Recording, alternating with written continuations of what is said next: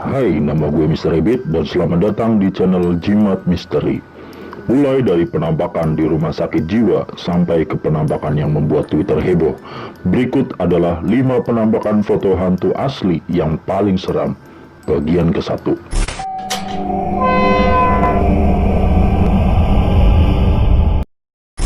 Hal apa sih yang paling kalian suka? Memancing? Main game? Kalau gue pribadi sih suka banget fotoin tempat angker. Apalagi kalau sampai jackpot, dapat penampakan, kayak ada kepuasan tersendiri gitu. Nah, kali ini gue menemukan beberapa foto yang memiliki background cerita yang membuat bulu kuduk lo merinding. Apalagi di nomor 1 tuh bener-bener ceritanya kena banget. Penampakannya juga jelas banget, pokoknya bener-bener gila lah nomor 1. Tanpa basa-basi, langsung aja kita lihat cuplikannya berikut ini. Kelima, penampakan hantu rumah sakit jiwa Newsham Park. Kali ini ada rumah sakit jiwa yang terletak di Liverpool, Inggris yang bernama Newsham Park. Sejarah singkatnya, pada tahun 1800-an, bangunan besar ini itu dijadikan sebagai panti asuhan. Pada tahun 1950-an, bangunan ini beralih fungsi jadi tempat penampungan orang-orang yang memiliki gangguan mental, gangguan kesehatan yang benar-benar parah. Pada saat itu, ilmu mengenai kejiwaan itu sangat minim. Alhasil, orang-orang yang memiliki gangguan kejiwaan itu tidak terawat dan akhirnya meninggal. Pada tahun 1997, Newsham Park ini akhirnya bangkrut, tutup, dan terlupakan. Beberapa tahun setelah itu, warga sekitar mulai merasakan fenomena-fenomena aneh yang terjadi di Newsham Park ini. Warga lokal juga mengambil semacam keuntungan, menjadikan Newsham Park ini sebagai tempat wisata horor. Salah satu tour guide dari wisata horor di Newsham Park ini, mereka sering mengajak turis-turis lokal ataupun turis internasional yang mau berkunjung ke Newsham Park. Lalu foto-foto di sana, foto-foto bareng, dan akhirnya foto-foto itu diupload di fanpage bisnisnya dan di-tag ke orang-orang yang ikut di tour tersebut.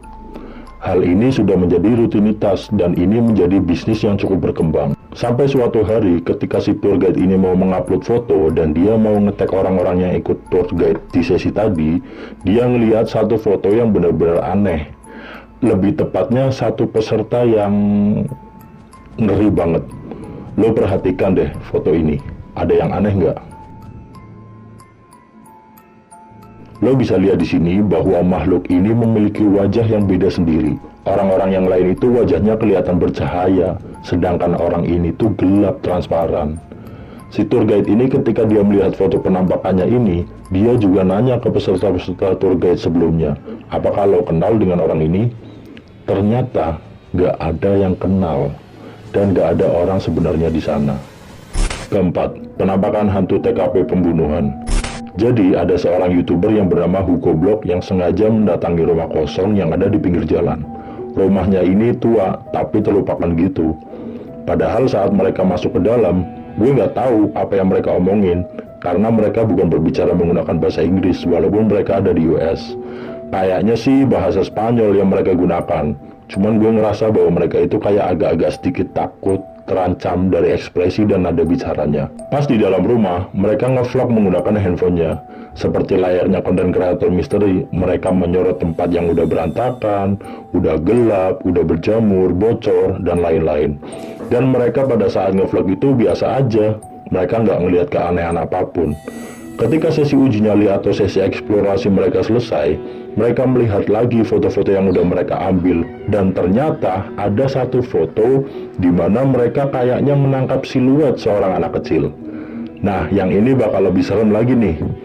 Jadi, si Hugo Blog ini ketika mereka mencari alamat rumah tempat mereka eksplorasi, ternyata di tahun 2008 terdapat sebuah tragedi pembunuhan yang sampai sekarang belum terpecahkan. Pada tanggal 18 Maret 2008, seorang polisi mendapatkan laporan bahwa di rumah tersebut terdapat seorang pria yang kepalanya dan mukanya itu hancur akibat benda tumpul yang besar. Bisa dibilang kayak bongkahan kayu. Jadi kepalanya dihancurin pakai bongkahan kayu dan mayatnya tergeletak di depan pintu rumah. Tidak ada saksi mata, tidak ada senjata yang ditemukan, dan sampai sekarang pun kasusnya juga masih belum terungkap. Dan gue juga nggak tahu nih, kenapa ada hantu wanita di situ. Tapi yang meninggal adalah pria. Bisa jadi hantunya ngebunuh pria, atau emang ada hal besar yang terjadi di sana. Ketiga, hantu di lemari.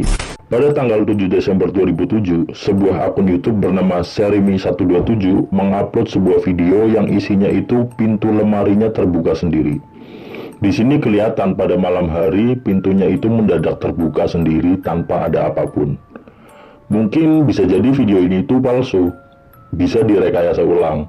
Karena untuk membuka pintu lemari, lo tinggal kaitkan benang nilon, itu lo tarik dan akhirnya muncullah sebuah efek pintu yang kebuka sendiri. Keraguan ini juga dipikirkan oleh seorang user di forum Meta Cafe yang berpikiran, ya ini mah gampang dibuat ulang, ini mah cuma rekayasa, bla bla bla bla bla. Sampai akhirnya orang ini, yang kita sebut saja John, itu diundang sama Serimi127 untuk melihat sendiri fenomena keanehan ini di depan matanya persis.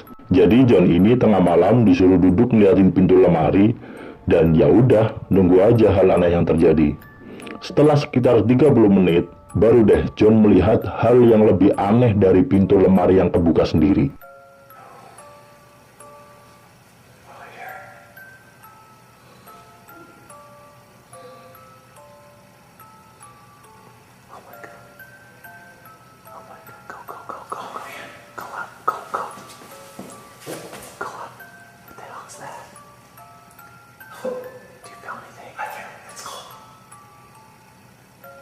Was that? Oh my god! Oh my god, dude! The hell is that? Oh shit! Oh my god! Oh my god! Go, go, go! Whoa! Go in! Go, go!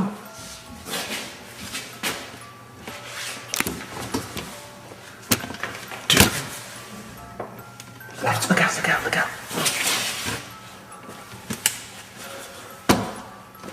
Oh my god!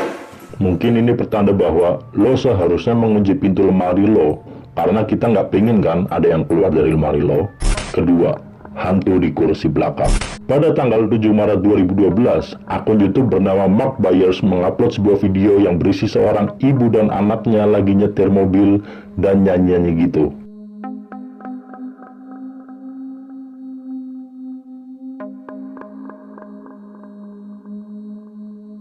Pas di sini kelihatan kalau kursi belakangnya itu kosong. Terus tahu-tahu si anak perempuannya itu sadar, kok kayak ngebentuk sesuatu ya bayangannya. Dan akhirnya makin jelas, dan itu kayak ada anak kecil yang mangap-mangap gitu. Yang gue nggak tahu lagi ngapain juga. Pertama, Dear David. Nah, ini dia foto penampakannya membuat Twitter heboh. Ini agak sedikit panjang ceritanya, cuma ini bener-bener serem dan foto penampakannya bakalan jelas banget.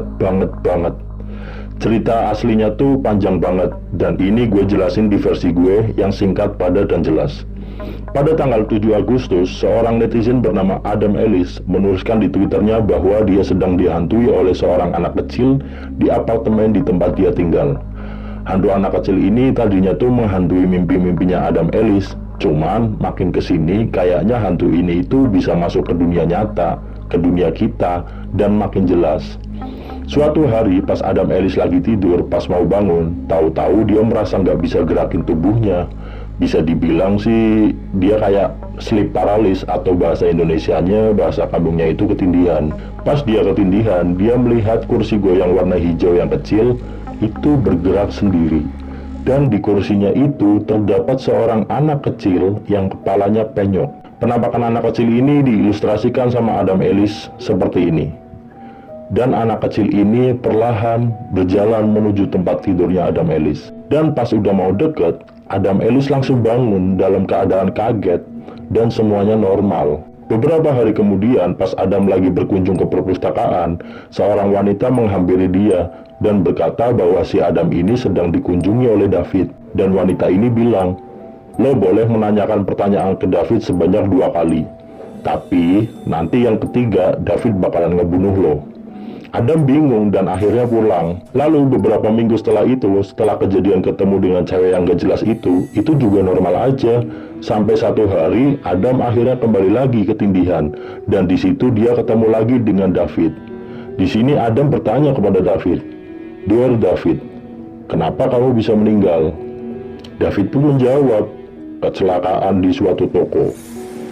Adam bingung dan semakin kepo. Lalu Adam bertanya lagi kepada David, "Apa yang terjadi di toko tersebut?" David pun menjawab, "Kepalanya itu terbentur lemari." Adam yang mendengar jawaban itu makin bingung dan makin kepo, dan akhirnya dia menanyakan pertanyaan ketiga, "Siapa yang mendorong lemarinya?" David diam aja, dia nggak menjawab, tapi dia hanya melihat Adam yang sedang ketindihan, dan di situ Adam langsung kayak sadar bahwa dia telah menanyakan pertanyaan ketiga, dan kayaknya gue bakalan mati deh di sini. Pas dia lagi keringet dingin, pas dia lagi sadar bahwa dia nggak boleh bertanya 3 kali, dia langsung kaget, langsung kebangun dan normal. Nggak ada David di sampingnya, dan udah siang. Kali ini Adam kembali lagi mengalami ketindihan dan gak bisa gerak badannya. Dan sekarang dia melihat dengan jelas David duduk di ujung sofa yang ada di kamarnya. David duduk dengan keadaan mata yang kosong dan ekspresinya mengerikan. Adam tuh mulai ketakutan dan berpikiran, ini kayaknya fix malam ini gue bakalan mati nih di sini. Walaupun Adam ketindihan gak bisa gerak, dia sekuat tenaga tetap mengambil HP-nya yang ada di sampingnya untuk mengumpulkan barang bukti. Dia mungkin berpikir kalau sekiranya gue mati sekarang, setidaknya gue bisa menyimpan buktinya di handphone gue. Adam pun memfoto ke arah David secara random di tempat yang gelap gitu. Dan David pun mulai bergerak mendekati ke arah Adam. Yang tadinya ada di ujung, sekarang mulai mendekat terus ke samping tempat tidurnya, dan David sendiri ini bergerak sambil berbisik sesuatu. Tapi gak jelas dan juga suaranya kecil. Adam makin takut dan makin panik, dan Adam tetap berusaha memfoto semua kejadian ini. Dan tahu-tahu si David mulai naik ke atas ranjangnya dan nyampe di sampingnya, dan pas dia sekiranya udah mulai deket banget jaraknya, Adam kebangun. Dia langsung terbangun kaget dan keringetan gitu. Dan dilihat itu nggak ada apa-apa. Dia langsung siap-siap kerja. Beberapa hari setelah kejadian itu, kehidupan Adam kembali normal. Sampai suatu ketika pas Adam melihat kembali galerinya, Adam berhasil menangkap penampakan David secara jelas. Inilah fotonya.